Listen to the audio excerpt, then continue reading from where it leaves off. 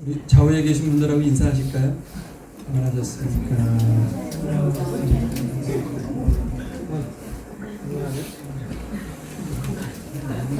자, 행복을 여는 4가지 고백으로 예배를 시작하도록 하겠습니다. 하나님이 나와 함께 하시니 나는 행복한 사람입니다. 말씀대로 순종하며 사는 것이 가장 큰 행복입니다. 형제를 사랑하고 이웃을 섬기는 것이 진정한 기쁨입니다. 같이요. 기쁨이 넘치는 교회, 행복이 가득한 성도. 아멘. 우리 사도신경으로 신앙 고백합니다. 나는 전능하신 아버지 하나님 천지의 창조주를 믿습니다. 나는 그의 유일하신 아들 우리 주 예수 그리스도를 믿습니다. 그는 성령으로 잉태되어 동정녀 마리에게서 나시고 본디오 빌라도에게 고난을 받아 십자가에 못 박혀 죽으시고 장사된 지 사흘 만에 죽은 자 가운데서 다시 살아나셨으며 하늘에 오르시어 전능하신 아버지 하나님 우편에 앉아 계시다가 거기로부터 살아있는 자와 죽은 자를 심판하러 오십니다.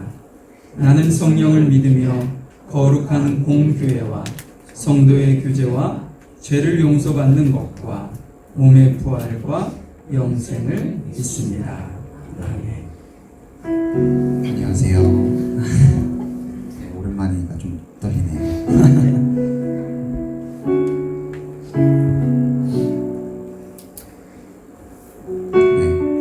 저희 그 주가 일하시네라는 찬양과 오직 예수뿐이네라는 찬양 준비했는데요.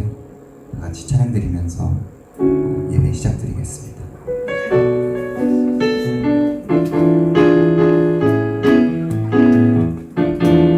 날이 저물어 갈 때 물들에서 걸을 때 그때가 하나님의 때 힘으로 안 될 때 빈손으로 걸을 때 내가 고백해 처음부터 찬양 드리겠습니다. 날이 저물어갈 때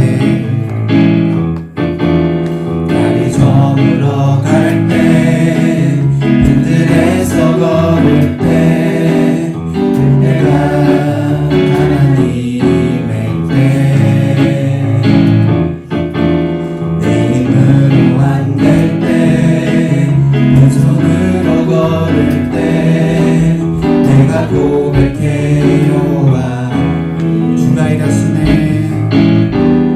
주가 일하시네 주가 일하시네 주께 아끼지 않는 자에게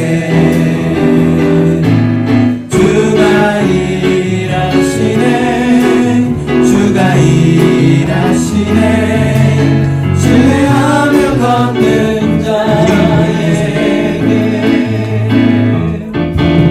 우리 모인 이곳에 주님 함께 계시네 눈이 내 아버지네 적은 떡과 물고기 내 모든 걸 드릴 때 모두 고백해요와 이래 주가 일하시네 주가 일하시네 주가 일하시네 주께 아끼지 않는 자에게 주가 일하시네 주가 일하시네 신뢰하며 걷는 자에게 주가 일하시네 주가 일하시네 주께 아끼지 않는 자에게 주가 일하시네 주가 일하시네 신뢰하며 걷는 자 주가 일하시네 주가 일하시네 주가 일하시네 일하시네 주께 아끼지 않는 자에게 주가 일하시네 주가 일하시네 신뢰하며 걷는 자에게.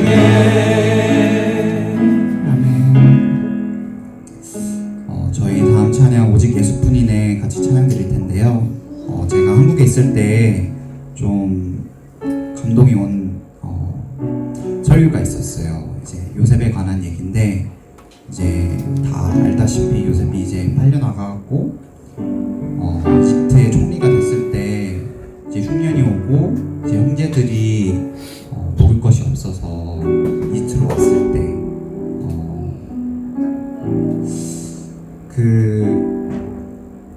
이제 그 목사님께서는 그 형제들이 우리의 모습이고 요셉이 이제 하나님처럼 그 우리의 죄를 모두 다 아는 그 가운데 우리를 심판할 수 있는 자리에 있는 그렇게 비교하셔서 이렇게 말씀해 주셨거든요.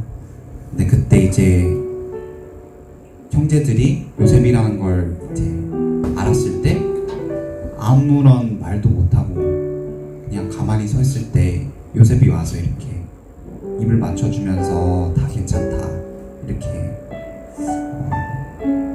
용서해주는 그런 모습을 말씀하시면서 그 타이밍이 왜 흉년에 2년 지났을 때 일어났었을까? 이제 아직 5년이 남았는데 그때 이제 제3이랑 이렇게 연관을 지으면서 말씀하셨을 때 우리 삶에 있어서 흉년이 2년이 오고 우리가 온 힘을 다해서 이걸 이겨내 보려고 했는데 안 돼갖고 하나님께 나왔을 때 하나님이 용서해 주시면서 아직 5년이 남았어 라고 할 때 이 2년을 돌아보면서 이게 내가 한 게 아니구나, 하나님이 같이 하셨기 때문에 하나님의 은혜가 있었기 때문에 내가 이 2년을 견디고 나올 수 있었구나, 이 아직 남은 5년을 보면서 절망하는 게 아니라 하나님의 은혜가 있기 때문에 5년도 하나님과 함께 동행하면서 그 5년 후에 있을 7년의 풍년 그것을 기대하게 만드는 그런 설교를 해주셨는데요. 진짜 저희가 은혜 아니면은 살아갈 수 없는 것 같아요. 이게 이 가사에 너무 잘 나오는 것 같아서 이 찬양을 같이 부르시면서 가사 하나하나 묵상하시면서 찬양 드리면 좋을 것 같습니다. 네, 다 같이 찬양 드리겠습니다.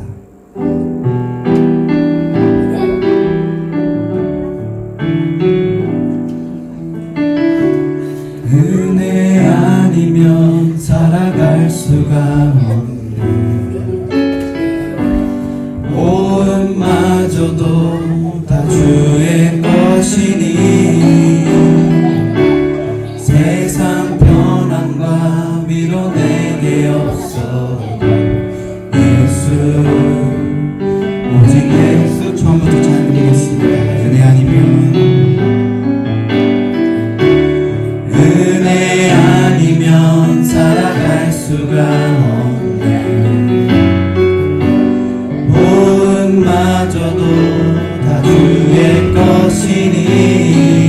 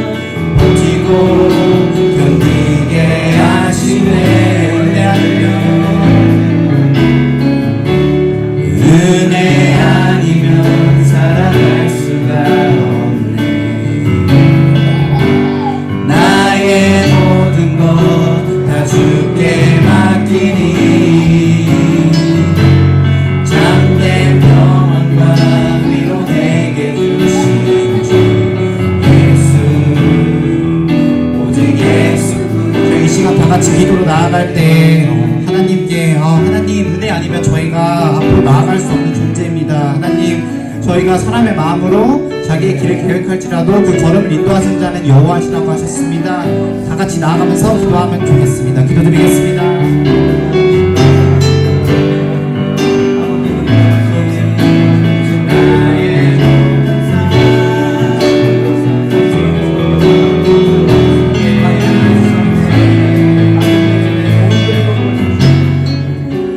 사랑의 하나님, 지난 한 주간도 저희의 삶을 돌아보고 도와주시고 오늘 거룩한 주일 주님 앞에 나와 예배하게 하시니 진심으로 감사드립니다.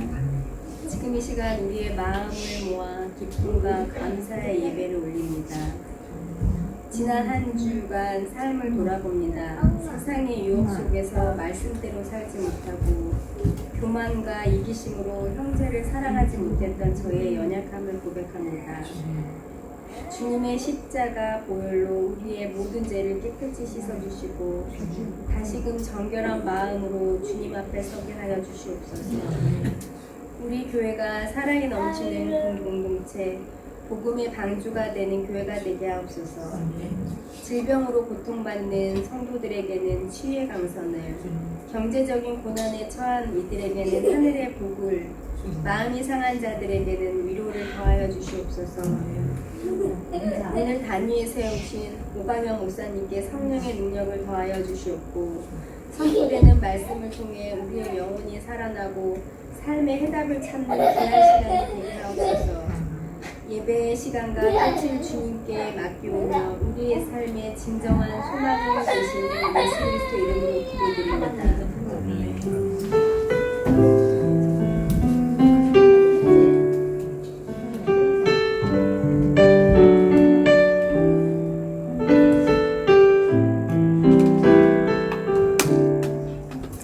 빌립보서 4장 4절부터 9절까지 오늘은 오성근 형제가 나와서 읽어주실 텐데요.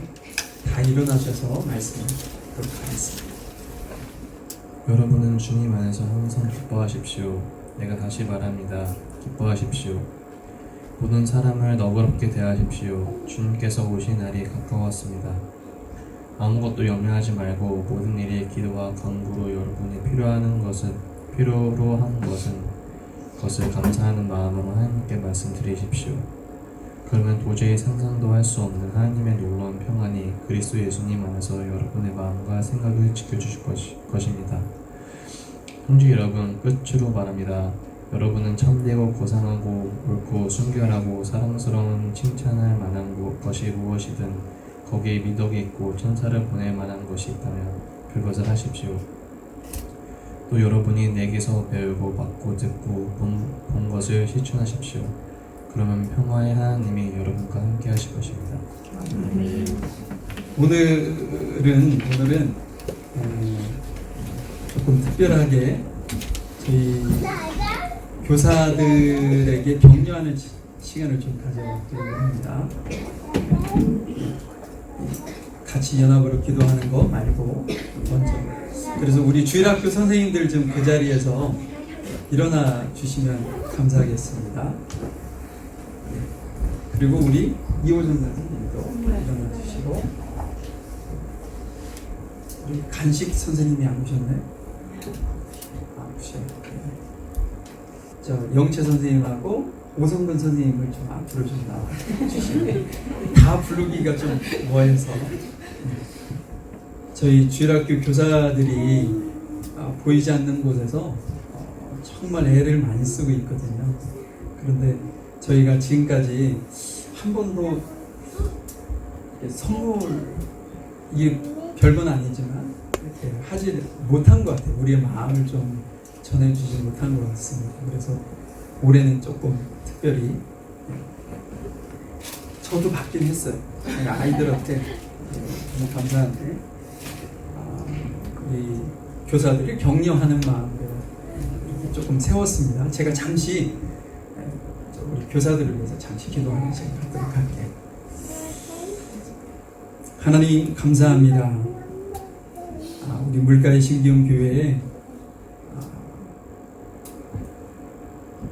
우리 귀한 헌신된 선생님들을 주님께서 세워주셔서 저희 주일학교를 섬기고 또 청년부를 섬길 수 있도록 하나님께서 은혜를 베풀어 주셔서 감사합니다.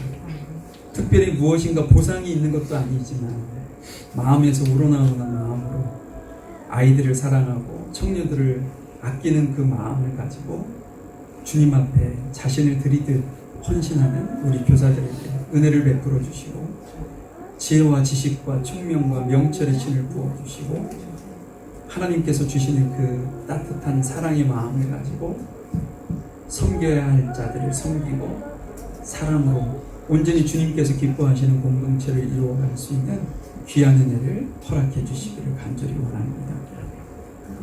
부족하지만 저희들의 격려와 사랑이 우리 교사들에게 큰 힘이 되어지고 새로운 원동력이 되어줄 수 있는 귀한 은혜가 될 수 있도록 도와주옵소서.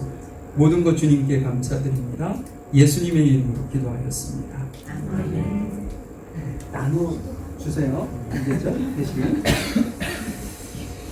우리 아이들에게 믿음의 좋은 친구들을 보내주셔서 외롭지 않고 즐겁게 신앙생활하게 해주세요. 학교에서 나쁜 유혹에 빠지지 않게 지켜주시고 어디서나 빛과 소금처럼 꼭 필요한 사람이 되게 해주세요. 선생님들이 아이들의 이름을 불러주며 기도할 때 그 기도가 하나도 땅에 떨어지지 않고 다 이루어지게 해주세요. 우리 청년부가 서로 사랑하고 격려하는 가족 같은 공동체에 되어 상처받은 마음들이 치유되게 해주세요. 예수님의 이름으로 기도했습니다. 아멘. 광고 몇 가지 좀 드릴 텐데요. 그러니까 지난주에 공동회에서 말씀드렸던 것처럼 우리가 계약이 종료되는 그 시점으로 아워시티 처치로 지금 이전을 준비하고 있습니다. 그래서 지금 레터를 주고받고 있어요. 한번 제가 보냈고 그쪽에서 또 메일이 와서 그거에 대한 답메일을 지금 보내놓은 상태입니다. 그래서 여러분들이 기도해 주시고 그러셔서 아이들도 조금 여유로운 공간에서 마음껏 뛰놀고 떠들기도 하고 찬양도 하고 게임도 할 수 있는 그러한 곳이 좀 확보될 수 있도록 저희 어른들도 실은 제가 꿈꾸고 바라는 어떤 계획들이 있는데 장소가 허락되지 않아서 하지 못하고 있는 것도 있거든요. 그래서 그쪽으로 좀 가면 그것도 충분히 좀 할 수 있지 않을까 그런 기대감이 있습니다. 그래서 그 문제를 위해서 순적히 잘 서로 좋은 관계로 이루어질 수 있도록 위해서 함께 기도해 주셨으면 감사하겠습니다. 우리 휘근 형제가 지난주 수요일날 입국을 했습니다. 목요일에 했습니다. 근데 재수술은 하긴 했지만 이 경과가 너무 좋아서 일정대로 이렇게 올 수 있게 되어서 너무 감사하고요. 기도해 주셔서 감사하고요. 찬양이들 제가 안 하니까 또 저는 또 여유가 마음의 여유가 생겨서 더 좋고 또 한국에 가서 조금 도전도 받고 또 여러 가지 생각할 수 있는 고민거리도 가지고 온 것 같아서 잘 다녀왔다 그런 생각도 들게 만들고 근데 아까 좀 전에 찬양도 하면서 고백하는 걸 보니까 그 마음을 좀 오래 간직했으면 좋겠다 그런 생각을 해보게 됩니다. 기도해 주셔서 너무 감사하고요. 우리 김은하 집사님이 수술 이후에 정상적인 어떤 패턴으로 본인이 하고 있는 그 비즈니스를 이어가야 되는데 아직 그걸 감당하기가 버거운 것 같아요. 그래서 지금 계속 일을 안 할 수 없으니까 일을 했다가 또 아파가지고 또 쉬고 막 이렇게 반복이 되는 것 같아요. 그래서 여러분들이 계속 회복이 빨리 진행이 될 수 있도록 함께 기도해 주시면 감사하겠습니다. 이정화 집사님도 마찬가지입니다. 여러분 5월 15일 그러니까 엊그제죠. 엊그제인데 5월 15일 한국에서는 스승의 날로 그날을 지키고요. 거의 대부분의 교회에서는 5월 3차 주를 스승의 주일로 지키기도 합니다. 이제 뭐 저희 교회는 그걸 이렇게 따라서 하지 않기 때문에 특별히 뭐 거기다 의미를 더 부여하고 그러고 싶지는 않지만 올해는 조금 제가 이 문제를 좀 다루고 싶어서 말씀을 좀 준비해 왔습니다. 지금은 스승의 날에 대한 의미가 많이 퇴색이 됐어요. 변질이 되기도 했죠. 제가 초등학교 우리 휘근이 성근이 한국에서 이렇게 보낼 때 안 좋은 또 학교에서의 경험도 있습니다. 스승의 주일이라는 것이 왜, 스승의 날이라는 것이 왜 이렇게 변질이 됐을까? 그런 어떤 안타까운 마음이 있긴 했는데, 여러분, 본래 이 스승의 그 날은요, 1963년 충남에 있는 강경 여자 중학교에서 시작이 됐습니다. 거기에 있는 예전엔 뭐 걸스카웃이니 뭐 보이스카웃이니 뭐 적십자니 뭐 이런 것을 아이들로 해가지고 거기서 활동을 하게 했었었죠. 근데 그 당시에 적십자 단원들이 병중에 있거나 좀 어려움을 갖고 있는 이제 스승, 은사들을 좀 돕고자 위로하고자 시작했던 것이 이 스승의 날입니다. 근데 왜 그것이 5월 15일이었느냐? 이건 이제 세종대왕이 태어난 날이기도 한데, 이 5월 15일 날 스승의 날로 지키기 시작한 것이 그로부터 2년 후 1965년에 국가에서 스승의 날로 이렇게 지정을 하게 되었습니다. 그래서 그날 이 스승의 날을 통해서 배우는 학생들, 제자들은 스승의 그 가르침을 이렇게 따라 이렇게 살고자 하는 어떤 마음을 다시 한번 갖고 스승에 대한 존경심을 갖는 시간. 예전에는 스승과 부모의 그림자도 밟지 말라고 했었잖아요. 그런 것처럼 스승에 대한 존경심을 갖게 하기 위해서 이 날을 이제 제정을 했었던 거죠. 스승을 공경하고 가르치는, 그래서 그 가르침을 내 삶 속에서 실천하고자 했던 그 전통은요, 실은 한국의 스승의 날이 처음이 아니라 성경에서도 흔히 볼 수 있는 관계였습니다. 뭐 대표적인 여러 가지 있지만 대표적으로 본다면 구약에서는요, 엘리사와 엘리야가 스승과 제자의 어떤 삶이었습니다. 모세와 여호수아도 마찬가지입니다. 신약으로 들어와서는 여러분들 대표적으로 아는 관계가 있죠. 누구와 누구의 관계일까요? 예수님과 12 제자의 관계도 스승과 제자의 관계였다는 거죠. 특별히 오늘 본문을 쓴 이 바울과 그 빌립보 성도들 간에도 목회자와 성도의 관계도 있지만 스승과 제자의 관계도 있다라는 것을 이제 우리에게 말씀해 주고 있는 거죠. 제가 조금 전에 우리 특별히 주일학교 선생님들을 이렇게 세워놓고 함께 기도하고 격려하고 위로하고 싶다, 이런 표현을 여러분들에게 드렸었는데, 우리 교사들이요, 매주 아이들을 위해서 기도합니다. 그리고 매주 그 아이들을 위해 말씀을 준비해요. 그 말씀을 준비해서 가르친다는 것이 그렇게 쉽지 않은 문제거든요. 그런데 그 시간을 위해서 자신의 시간을 들여서 투자해서 그 시간을 준비합니다. 어느 때는 그 아이들을 위해서 이름을 한 명 한 명 불러가면서 기도해 주기도 하죠.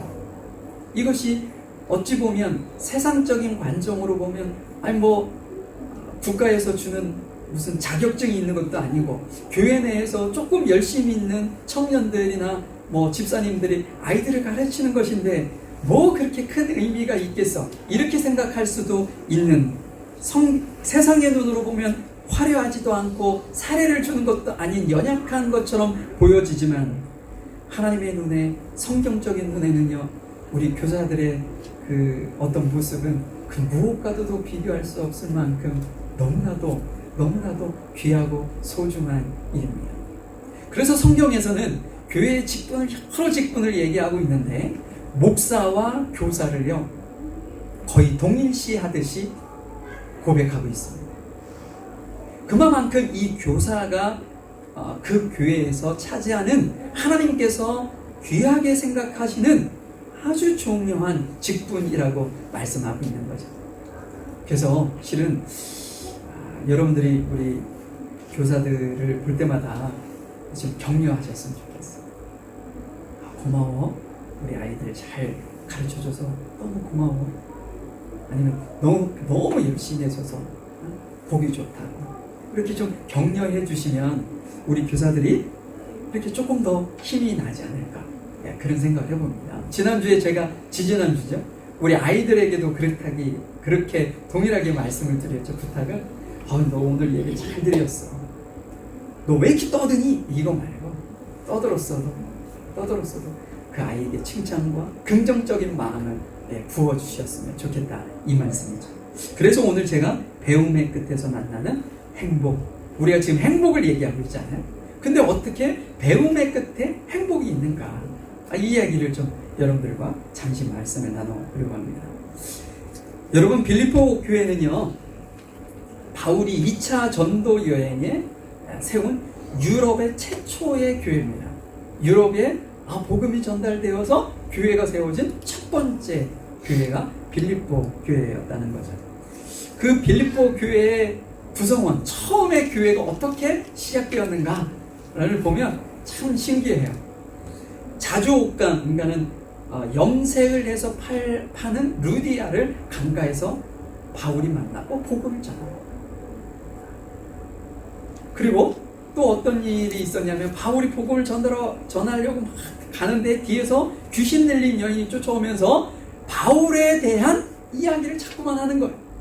그래서 바울이 그 귀신을 내어 쫓는 장면이 나오죠. 그리고요, 그 일로 인해서 바울이 옥에 갇히게 되는데, 옥에 갇힌 그 안에서 죄수를 지키고 있었던 간수죠. 간수가 예수님을 믿게 됩니다. 그래서 빌립보 교회는 처음에 이렇게 다양한 사람들이 복음을 듣고 세워진 교회, 아주 특이하죠. 그 교회가 세워지는데, 전혀 다른 배경의 사람들이 복음을 듣고 바울의 가르침과 배움을 통해서 교회가 아름답게 세워졌다는 거죠. 우리 7절, 오늘 읽진 않았지만 1장 7절 8절에 보면 이런 말씀이 있습니다. 바울이 빌립보 성도들을 바라보면서 이렇게 고백을 해요. 내가 너희 무리를 위하여 이와 같이 생각하는 것이 마땅하니 이는 너희가 내 마음 안에 있으며. 누가 마음에 있다는 거예요? 빌립보 성도들이 바울의 마음에 있다는 거예요. 그리고 나의 매임과 복음을 변명함과 확정함에 너희가 다 나와 함께 은혜에 참여한 자라. 8절은요, 더 심각하게 얘기해요. 내가 예수 그리스도의 심장으로 너희 무리를 얼마나 사모하는지 하나님의 내 증인이시라. 여러분, 이런 고백을 아무나 할 수 있을까요? 상대방에 대한 감정이 전혀 없는데 이런 고백을 할 수가 없습니다. 바울이 이렇게 그에게 고백할 수 있었던 것은 정말 바울의 마음에는 빌립보 성도들을 사랑하는 마음이 있었던 거예요. 그리고 그들을 정말 아끼는 마음이 그들 안에 있었던 거죠. 이것이 스승의 마음이고 이것이 목회자의 마음이었던 겁니다. 오늘 좀 있으면 볼 내용인데 9절에 가면 내게 배우라고 사도 바울은 그 필립보 성도들에게 이야기를 해요. 내게 배우라. 여러분, 제가 왜 이 말씀을 이렇게 장엄하게 말씀을 드렸냐면, 이 배움이라는 것은요, 지지난주인가요? 제가 또 말씀드렸죠. 신앙은 가르치는 것이 아니라 뭐라고요? 전해지는 것이다. 내가 내 안에 상대방에 대한 사랑의 마음이 있을 때, 야, 내가 널 사랑해, 이건 가르쳐서 전달되어지는 게 아니에요. 내 마음에 있는 사랑의 마음이 전달되어지는 것. 이 부모가 자녀에게도 마찬가지예요. 사랑을 전해주는 것이 그냥 전달되어지는 것이 내가 널 사랑한다, 이 입으로 통해서 가르쳐지지 않는 겁니다. 지금 여기에서도 말씀이 동일한 거예요.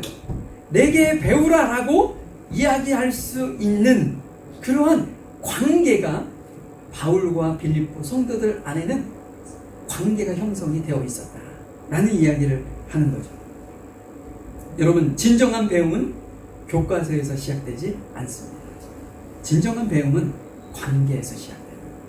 실은 그래서 제가 저와 여러분들 안에도 신뢰할 수 있는 관계가 형성이 되어야 이게 가르치고 배움의 관계가 형성이 됩니다. 그래서 저는 끊임없이 여러분들과 관계 회복을 위해 노력하고 여러분들도 저와 관계 회복을 위해서 노력을 하셔야 돼요. 그래서 관계가 잘 형성이 되면 제가 어떤 이야기를, 실은 내게 배우라 라고 하면 자기가 뭔데 자기 것을 배우라고 그래, 이렇게 생각할 수도 있지만, 관계가 잘 형성이 되면 내게 배우라고 했을 때 전혀 거리낌 없이 그 배움의 길을 따라간다, 이 말씀인 거죠. 여러분, 바울에게는요 좋은 스승이 있었습니다. 지금은 빌립보 성도들에게 스승의 자리에 있지만 바울에게도 예전에 좋은 스승이 있었어요. 누구였냐면, 거기에 성경에 스승이라는 표현은 되어 있지 않지만 제가 봤을 때는 바울에게 이분이 스승이었어요. 누구냐면 바나바였습니다.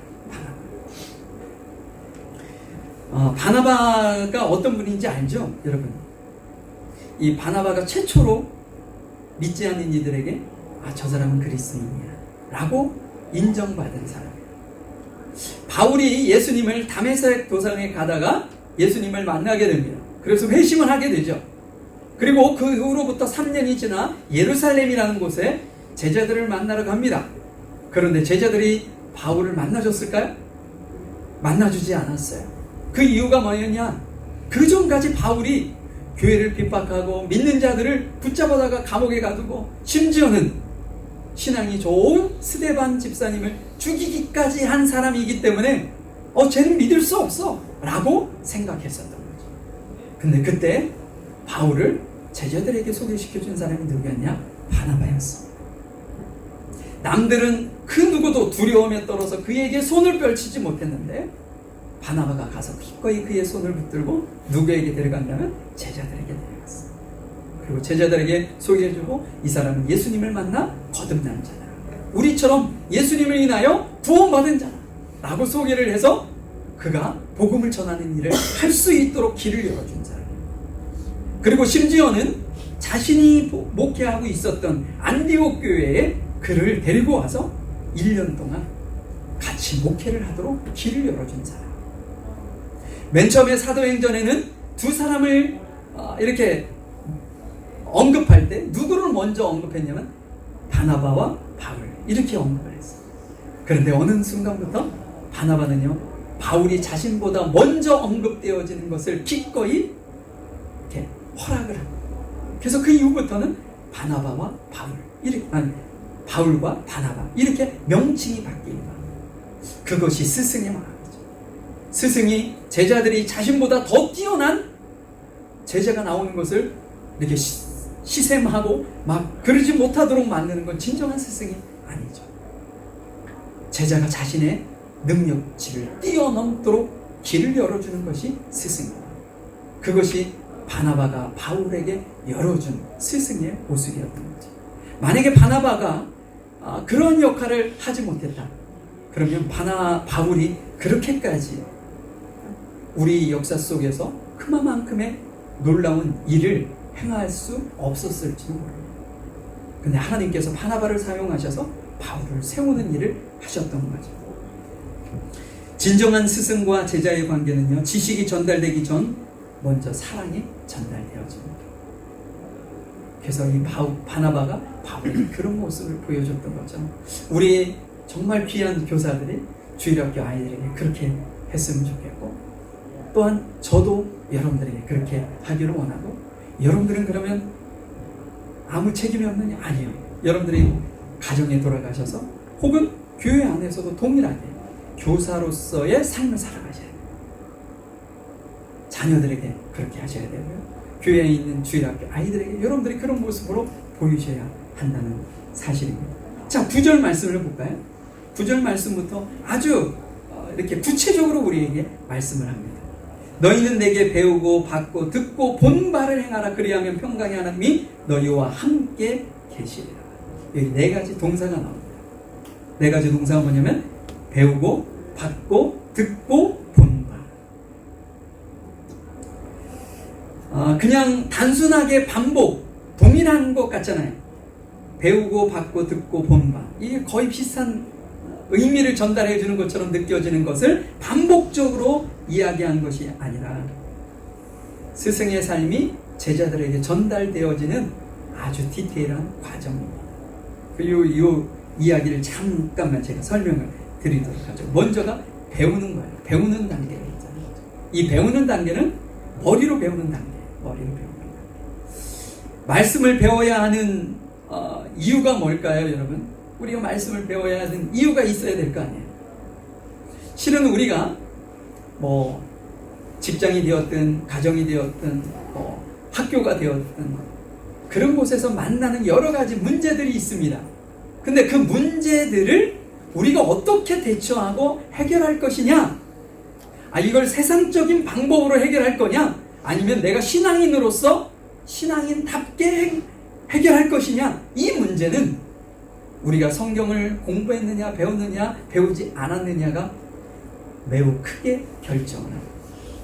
왜냐하면 배워서 성경이, 하나님의 말씀이 우리 안에 있지 아니하면 우리가 지금까지 그냥 삶으로 익혀진 경험치로 해결하려고 하거든요. 그러나 우리가 지금까지 살아온 40년, 50년, 60년의 세월이 있지만 그 경험보다 하나님께서 우리에게 주시는 말씀으로 그 문제를 해결하기 위해서는 우리가 말씀을 배워야 한다는 거예요. 두 번째 단계는 뭐예요? 받는 거예요. 받는 거. 전수 받는 거죠. 전수 받는 거. 우리가 교회가 수천 년의 시간을 지금 지나오면서 우리 어떤 그 교회 안에서 우리에게 전달되어지는 어떤 신앙의 유산이 있습니다. 지금 이 시간에도 여러분들의 신앙이, 여러분들의 자녀가 아니면 지금 커가고 있는 학생과 청소년과 청년들에게 여러분들이 신앙의 유산을 남겨주는 삶을 지금 살고 계시는 거예요. 우리가 어떻게 사느냐에 따라서 그 DNA가 우리 뭐랄까요, 자녀들이나 우리의 신앙의 자녀들에게 어떻게 전달되어지느냐가 결정이 되는 거예요. 우리 큰아이가 어디에 가면 저하고 같이 가면 야, 너 아빠 꼭 닮았구나 이런 이야기를 해요. 왜 그럴까요? 만약에 우리 희근이가 제 아들이 아니면 그런 소리를 제가 들을 수 있을까요? 없습니다. 그죠? 근데 큰아이가 저를 닮은 이유가 뭐예요?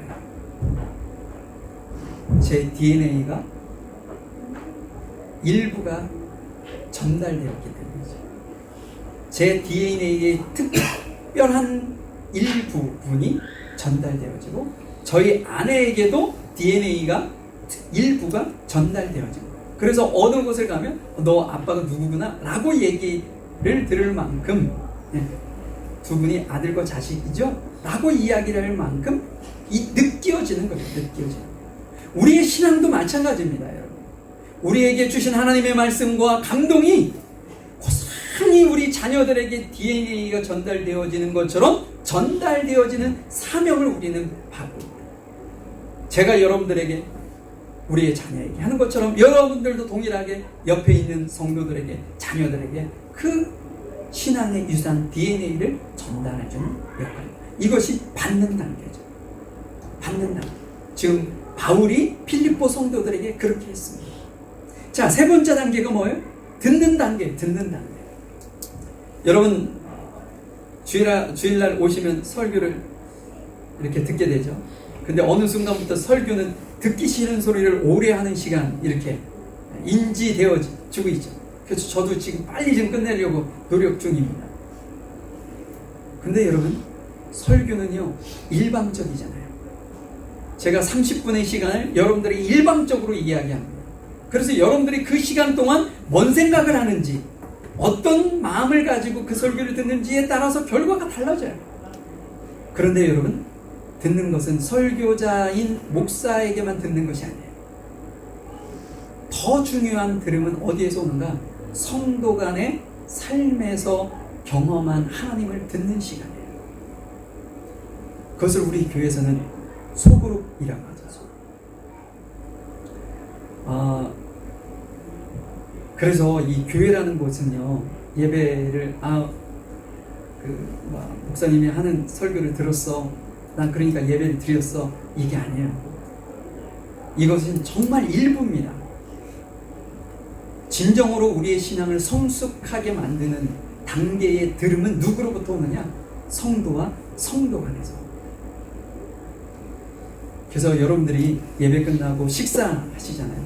식사 때, 야, 난 골프를 치는데 자꾸 오른쪽으로 가. 난 낚시를 갔는데 내가 원하는 건 안 잡히고 피레미만 잡혀. 이런 거, 우리 집이 얼마나 올랐어, 뭐 이런 것도 좋지만 실은 그날 들은 바로 직전에 들었던 설교의 내용을 가지고 이야기를 나누는 것이 제일 좋습니다. 그러면 여러분, 그런 이야기는 집에 가서 다 하실 수 있거든요. 그러면 그런 이야기를 저한테는 한 번 설교 듣죠. 그럼 여러분은 주변에 2명, 3명이 앉아 있는데 오늘 말씀 듣고 어떻게 느끼셨어요? 그러면 그분이 이야기하는 소리를 듣고 한 번의 설교를 더 듣게 됩니다. 한 사람의 이야기를 더 들으면 한 번의 설교를 더 듣게 됩니다. 그리고 여러분들이 스스로 고백하시는 그 고백을 통해 다른 사람이 또한 설교를 듣는 거죠. 그래서 이 듣는 것이 매우 중요하다. 그리고 마지막으로 매우 중요한 것이 있어요. 그것이 뭐냐? 본방입니다. 이것이 가장 강력한 동기부여를 주는 것이 본바예요. 본바. 여러분들의 신앙의 멘토가 있을 수 있습니다. 나는 내가 신앙생활을 누구 때문에 시작했어. 그래서 나는 그분이 어떻게 신앙생활하는 건지를 유심히 보시는 분이 있어요. 근데 그분이 어떻게 신앙생활을 하느냐를 봄으로 인해서 내 신앙이 성숙되어지는 놀라운 은혜가 있습니다. 그래서 이 본바가 매우 중요하다는 거죠. 여러분, 아이들이 부모가, 교사가 무엇을 가르치는가 보다 어떻게 사는지를 더 깊이 기억합니다. 여러분들이 집에서 남편하고 막 싸우기도 하고 막 이럴 수 있잖아요. 언쟁을 벌이기도 하고. 실은 자녀들 앞에서 안 하는 지혜가 필요해요. 아내들 앞에서 가감없이 그냥 애들 앞에서 엄마에 대한 험담을 하고 아빠에 대한 험담을 하고 이런 것이 아이들에게 교육상 좋지 않습니다. 그 아이들이요, 엄마 아빠들이 그 행한 것을 오랫동안 기억을 해요. 오랫동안. 여러분들이 어떻게 행동하느냐를 자녀들에게 매우 중요하다. 바울이 빌립보 성도들에게 내게 본바를 행하라 라고 한 것은요, 그가 그만큼 그들에게 영향력 있는 삶을 보여줬다는 이야기이기도 한 거죠. 9절 그 이후에 그러면 4가지의 동사를 얘기했는데 아주 중요한 동사가 하나 더 있어요. 그게 뭐냐? 너희는 내게 배우고 받고 듣고 본 바를 뭐하라고요? 행하라. 앞에 4가지의 동사는 뭐예요? 인풋입니다. 그렇죠? 근데 마지막 5번째 동사는 뭐예요? 아웃풋이에요. 우리가 지금 여기서 배우고 받고 듣고 본 바가 너무나도 중요하다고 했는데 이것이 완성이 되기 위해서는 반드시 행함으로 나타나야 한다는 거죠. 행함으로 나타나지 않으면 이 앞에 4단어가 의미가 없어진다는 이야기를 하고 있는 겁니다. 여기서 행하라 라는 이 시제는 현재 명령이에요. 현재 명령. 현재 명령형이라는 것이 어떤 의미냐면요, 계속해서 실천하는 것을 의미해요. 습관적으로 살아내는 것, 그냥 한번 결단하고 행동으로 옮기는 것, 그것이 의미하는 것이 아니고 매일 반복해서 실천하는 것, 그것이 여기서 행하라는 단어입니다. 자, 그러면 여기서 평강이라는 단어가 있잖아요. 평강. 그 결과가 있습니다. 하나님께서 우리에게 행할 때 주는 약속이 뒷부분이에요. 그리하면 평강의 하나님이 너희와 함께 계시리라. 여기서 평강이라는 것이 7절에도 언급하고 있습니다. 한번 볼까요? 7절에 보면 모든 지각에 뛰어난 하나님의 평강이 너의 마음과 생각을 지키시리라, 이렇게 말씀하고 있어요. 9절에는요, 평강의 하나님이 너희와 함께 계시리라. 약간의 뉘앙스가 틀리죠. 앞에서 이야기한 것은 평강이 우리에게 임하는 것처럼 느껴져요. 오는 것처럼 느껴져요.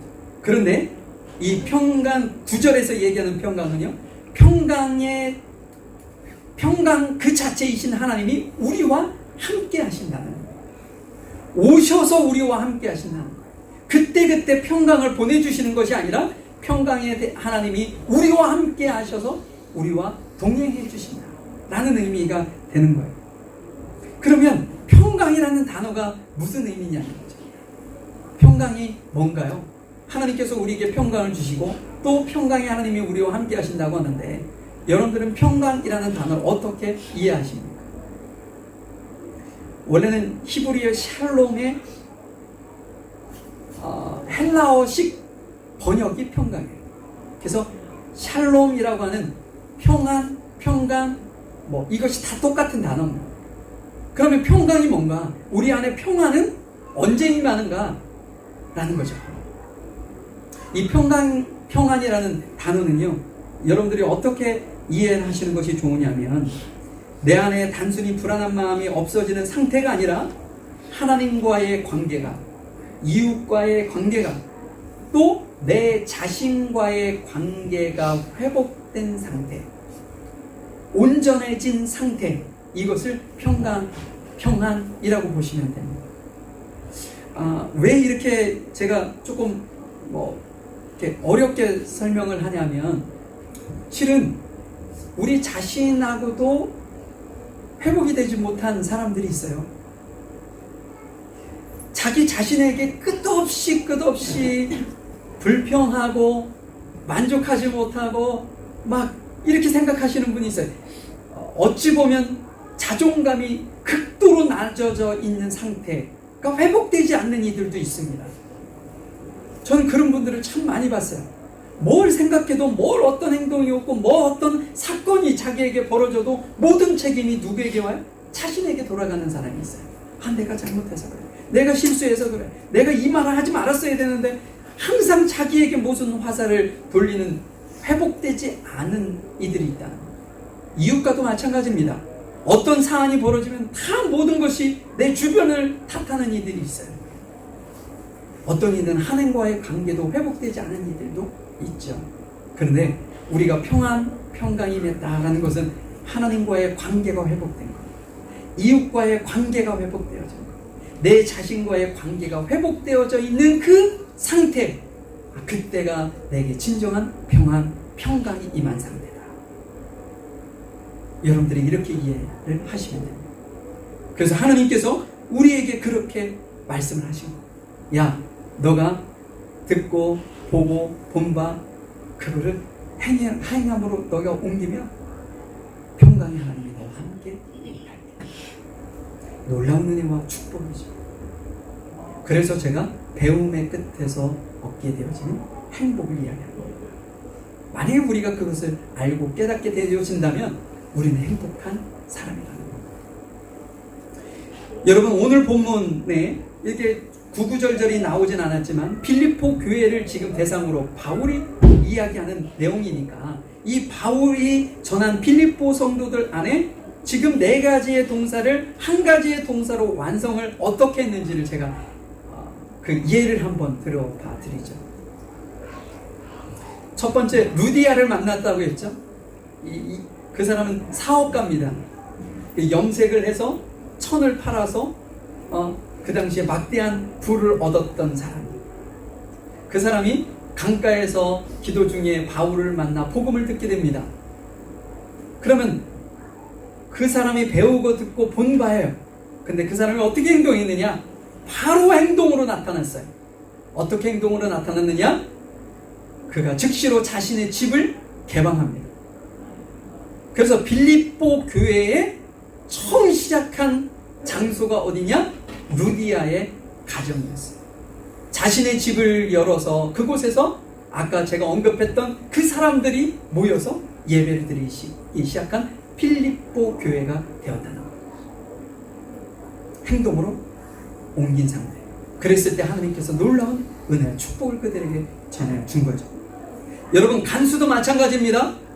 바울과 실라가 들어와서 지금 막 피를 흘리기도 하고 손도 묶여 있고 발도 묶여 있는 상태로 간수가 지금 지키고 있습니다. 근데 바울과 실라가 뭐 했나요? 그 상황 속에서 하나님 앞에 기도하고 찬양하기 시작해요. 기도하고 찬양을 하는 소리가 본인들만 들리도록 조곤조곤 이렇게 했을까요? 아니요. 옆에 있는 감옥, 옆에 있는 간수들이, 옆에 있는 죄수들이 다 들을 만큼 목소리를 높여 찬양하고 기도했다. 이렇게 되어 있어요.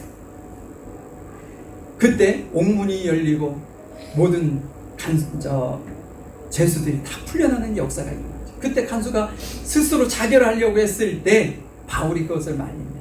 그때 간수가 그 바울에게 물은 질문이 뭡니까? 어떻게 해야 제가 구원을 얻을 수 있겠습니까?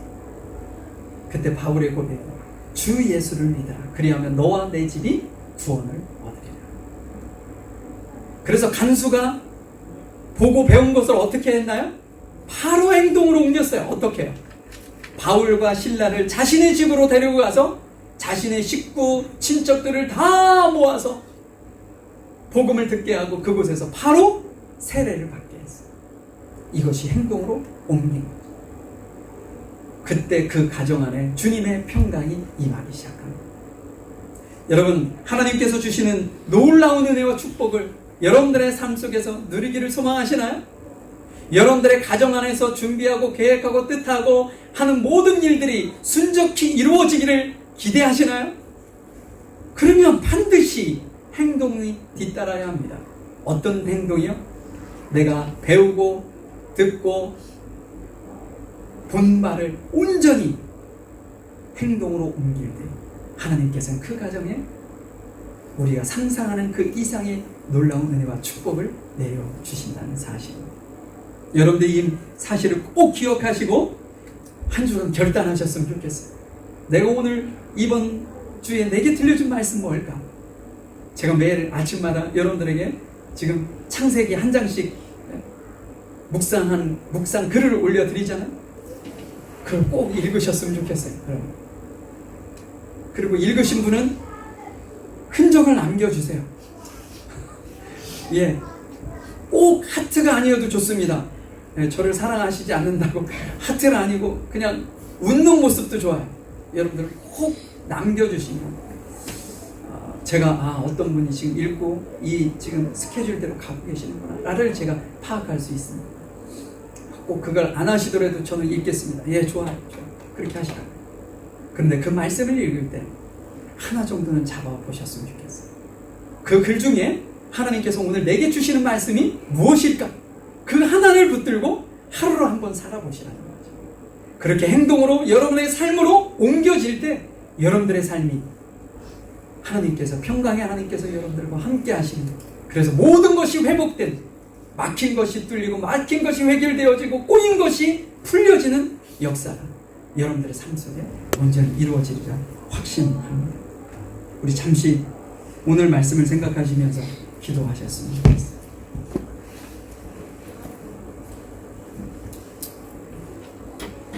오늘 저희가 또 하나를 배웠습니다. 행복은 조건이 아니라 발견이라는 사실을 다시 한번 깨달은 거죠. 여러분, 가르치는 것도 행복이고 배우는 것도 행복입니다. 그리고 가르치고 배우는 그 공동체 안에 평강의 하나님이 친히 임재하셨다는 그 사실을 알고 그 공동체 안에서 함께 행복하게 신앙생활하는 것 또한 행복입니다. 여러분들에게 주신 그 은혜를 기억하시고 제가 이 시간 기도할 때에 여러분들이 함께 마음을 모아 같이 기도하셨으면 좋겠습니다. 사랑과 은혜가 풍성하신 아버지 하나님, 오늘 말씀을 통해 참된 배움은 스승과 제자의 사랑의 관계 속에서 싹트고 행함을 통해 비로소 완성이 된다는 사실을 저희들에게 말씀해 주셔서 감사합니다.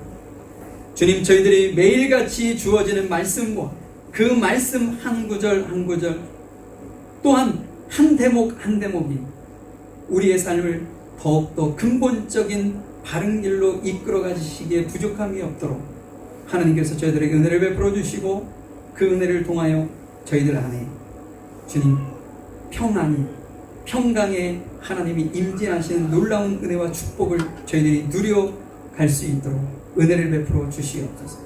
우리의 삶에 여러 가지로 꼬였던 문제들이 주 안에서 형통하고 풀려지는 놀라운 은혜가 임할 수 있도록 인도하시고 승리하는 복된 삶을 저희들이 살아갈 수 있도록 도와주시옵소서.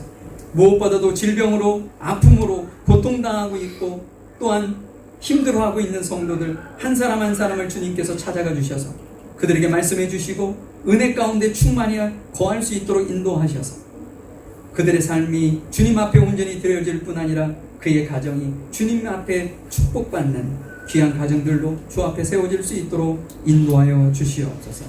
함께 하시고 인도하시는 주님을 찬양드리며 사랑 많으신 예수님의 이름으로 기도하였습니다. 아멘.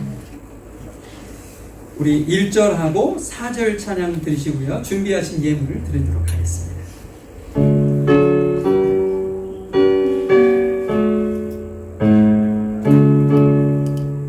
내 평생에 가는 길 순탄하여 늘 잔잔한 강 같은지 큰 풍 파도 무섭고 어렵든지 나의 영혼은 늘 평안하다. 내 영혼 평안해. 내 영혼 평안해.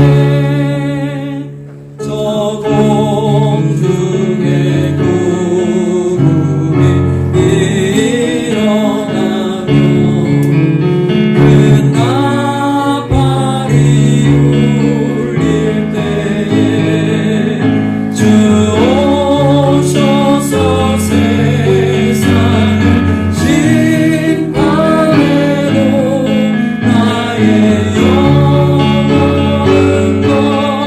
없으리. 내 영혼 평안해.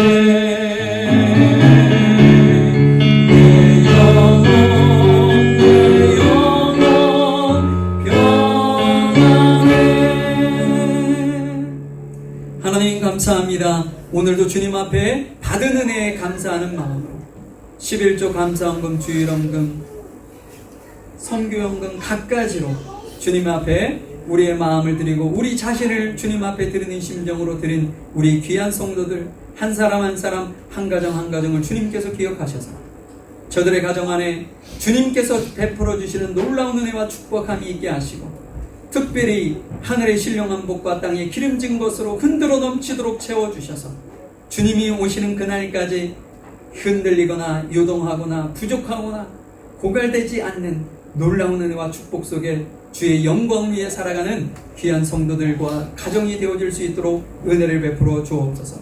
이 예물이 사용되어지는 곳곳마다 30배, 60배, 100배의 결실을 하고 생명을 살리는 곳에 귀하게 쓰임받을 수 있도록 은혜를 베풀어 주시옵소서. 주님, 오늘도 귀한 성도들을 사랑하는 마음으로 귀한 식사를 준비한 가정이 있습니다. 그 가정을 주님의 이름으로 축복하오니 은혜를 베풀어 주시고 자녀들과 가정 안에 행하는 모든 일 안에 주님께서 베풀어 주시는 은혜와 축복함이 있게 하시고 형통의 은혜가 있게 하시고 또한 주변의 많은 이들에게 선한 영향력을 줄 수 있는 그러한 놀라운 은혜와 축복을 내려 주시옵소서. 또한 이 식사를 같이 나누는 모든 성도들에게도 동일한 은혜와 축복을 내려 주옵소서. 지금은 우리 주 예수 그리스도의 크신 은혜와 아버지 하나님의 무한하신 사랑하심과 성령님의 인도하시고 내주하시고 교통하시니 주님께서 저희들에게 베풀어 주시는 놀라운 은혜와 귀한 말씀 저희들이 듣는 것으로만 또한 그냥 배우는 것으로만 본 것으로만 그렇게 끝나는 것이 아니라 우리의 삶 속에 온전히 실천하여 행동으로 나타날 때 주님께서 저희들에게 베풀어 주시겠다고 하는 하나님의 평강이 우리와 함께 하신다는 그 놀라운 은혜와 축복을 저희들이 소망하고 누리기를 간절히 소망하는 모든 성도들 머리 위에와 이들의 가정과 사업장 일터 위에 학업 위에 지금부터 영원히 함께 하시기를 간절히 축원하옵나이다. 아멘.